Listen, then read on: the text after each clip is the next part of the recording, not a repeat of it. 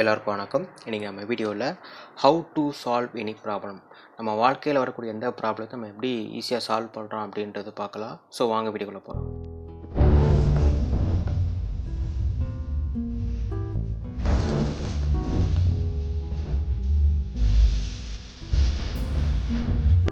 வாழ்க்கையில் பார்த்திங்கன்னா நமக்கு பிரச்சனைன்றது ரொம்ப சகஜமானதுங்க.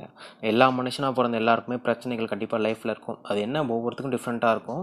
ஆனால் அந்த பிரச்சனைகள் நம்மக்கிட்ட இருக்கிறதும் நம்மளை விட்டு விலக போகிறதுக்கு காரணமாக இருக்கிறது நம்ம தான். ஸோ நம்ம தான் பிரச்சனையை கூட வச்சுக்கிறோமா இல்லை தள்ளி வைக்கிறோமா அப்படின்றது நம்ம தான் முடிவு பண்ணுவோம். ஸோ அது எப்படி நம்ம அந்த ஒரு பிரச்சனை நம்ம லைஃப்பில் நடக்குதுங்க, அதை எப்படி ஹேண்டில் பண்ணலாம் அப்படின்றா ரொம்ப ஈஸியான ஒரு 4 ஸ்டெப் நான் உங்களுக்கு சொல்லித்தரேன். அதை ட்ரை பண்ணி பாருங்கள், கண்டிப்பாக உங்களுக்கு ஒர்க் அவுட் ஆகும்.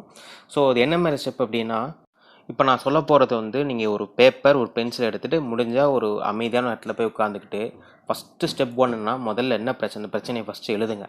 என்ன பிரச்சனை, அது கடன் பிரச்சனையா, இல்லை எனக்கு படிப்பில் ஏதாவது பிரச்சனை, அதாவது ஃபெயில் ஆகிட்டேன் அப்படின்னா அந்த பிரச்சனையா, இல்லை நிறைய கடன் இருக்குது அதுக்கு என்ன பண்ண தெரியாமல் ரொம்ப குழப்பிருக்காங்க அந்த பிரச்சனையை எழுதிட்டு ஸ்டெப் 2 போட்டுக்கோங்க. ஸ்டெப் 2ல் இப்போ முதல்ல பிரச்சனை சொன்னீங்கன்னா அந்த பிரச்சனைக்கான வழிகள்லாம் என்ன, அதில் நம்ம எப்படி கடந்து வரலாம் அப்படின்றதுக்கான வழிகள்லாம் என்னென்ன வழிகள்லாம் இருக்குது. இப்போ உதாரணத்துக்கு ஒரு கடன் பிரச்சனை அப்படி இருக்குன்னா அந்த கடனை சுமையை குறைக்கிறதுக்கு என்னென்ன வழிகள் இருக்குது. சின்னதாக ஒரு பிஸ்னஸ் பண்ணலாம், எழுதிக்கோங்க.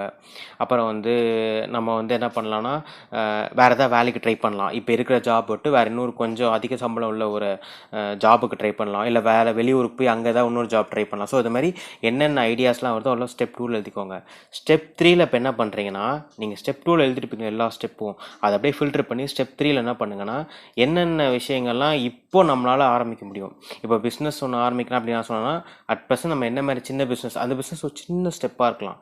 சின்னதாக போய் இப்போ நீங்கள் ஒரு உதாரணத்துக்கு சொல்கிறேன், இப்போ நீங்கள் இப்போ ஏதாவது ஒரு பொம்மைகள் விற்கிற மாதிரி ஒரு ஐடியா இருக்குன்னா சின்ன சின்ன பொம்மைகள் வாங்கி விற்கலாம். ஸோ இந்த கிட்ஸ் இருக்கக்கூடிய இடத்துலலாம் போய் இந்த பொம்மைகளை ஆன்லைன் இப்போ நிறைய மார்க்கெட்டிங்லாம் இருக்குது, அதை வச்சு சின்னதாக ஒரு பிஸ்னஸ் மாதிரி அதாவது ஸ்டெப் 3ல் நீங்கள் என்ன பண்ணுறீங்கன்னா, நீங்கள் ஸ்டெப் 2ல் ஒரு ஐடியாஸ்லாம் வச்சுருப்பீங்களே, அதை எந்த மாதிரி ஐடியாஸ்லாம் நம்ம ஃபில்டர் பண்ணி உடனே நம்ம இம்ப்ளிமெண்ட் பண்ண முடியுமோன்றது அதை ஸ்டெப் 3ல் நீங்கள் இம்ப்ளிமெண்ட் பண்ணிடுங்க. ஸ்டெப் 3ல் பண்ணி ஸ்டெப் 4 கடைசியாக ஸ்டெப் என்னென்னா, நீங்கள் உங்கள் பிரச்சனைகள் எப்படிலாம் குறைஞ்சிட்டு வருது அப்படின்றது ஃபுல்லாக நீங்கள் கண்காணிக்கணும். அதாவது இப்போ எப்படின்னா, நான் இப்போ ஸ்டெப் 3ல் பார்த்தீங்கன்னா, இப்போ நான் சொன்ன மாதிரி சின்னதாக ஒரு பிஸ்னஸ் ஆரம்பிக்கிறேன்னு சொல்லியிருந்தேன் பார்த்தீங்களா, ஒரு பிஸ்னஸ் சின்னதாக அந்த பொம்மை பிஸ்னஸ் சொல்லியிருந்தேன் பார்த்தீங்களா.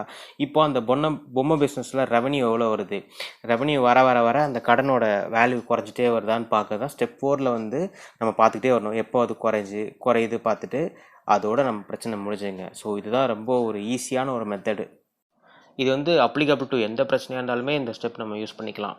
ஸோ இது வெறும் கடன் பிரச்சனை கூட இல்லாமல் ஸ்டடீஸு கூடமே உங்களுக்கு பிரச்சனையாக இருந்தால் நீங்கள் ஸ்டடீஸுக்குமே போட்டுக்கலாம். இப்போ உதாரணம் சொல்கிறேன்னா, இப்போ நீங்கள் ஒரு சயின்ஸ் எக்ஸாம் ஃபெயில் ஆகிட்டிங்கன்னா, ஸ்டெப் 1 சயின்ஸ் எக்ஸாம் ஃபெயில் ஆகிட்டேன். ஸ்டெப் 2ல் என்னது, இப்போ நான் அதுக்கு என்ன மாதிரி ஐடியாஸ், இப்போ இந்த எக்ஸாமை பாஸ் ஆகணும் என்ன மாதிரி ஐடியாஸ்லாம் நான் பண்ணலாம். டெய்லி ஒரு நாளைக்கு ஒரு சாப்டர் படிக்கலாம், 1 hour ஸ்பெண்ட் பண்ணலாம்.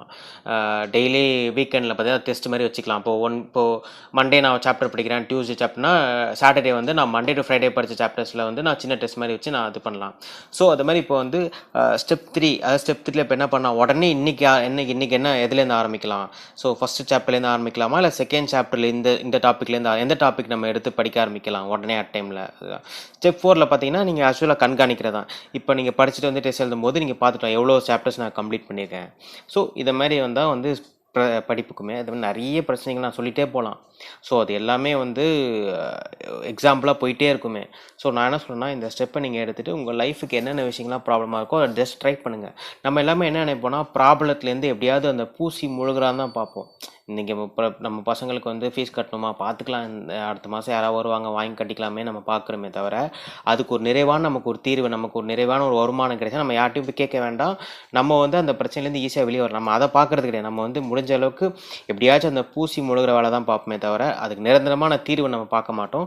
இந்த ஸ்டெப்பு கண்டிப்பாக உங்களுக்கு நிரந்தரமான தீர்வு தரும் நான் நம்புகிறேன். ஸோ அதான் இந்த வீடியோ உங்களுக்கு பிடிச்சிருக்கும்னு நம்புகிறேன். உங்களுக்கு ஏதாவது டவுட் இருந்தால் கமெண்ட் செக்ஷனில் மென்ஷன் பண்ணுங்கள், நான் அதுக்கு சொல்யூஷன் தரேன்.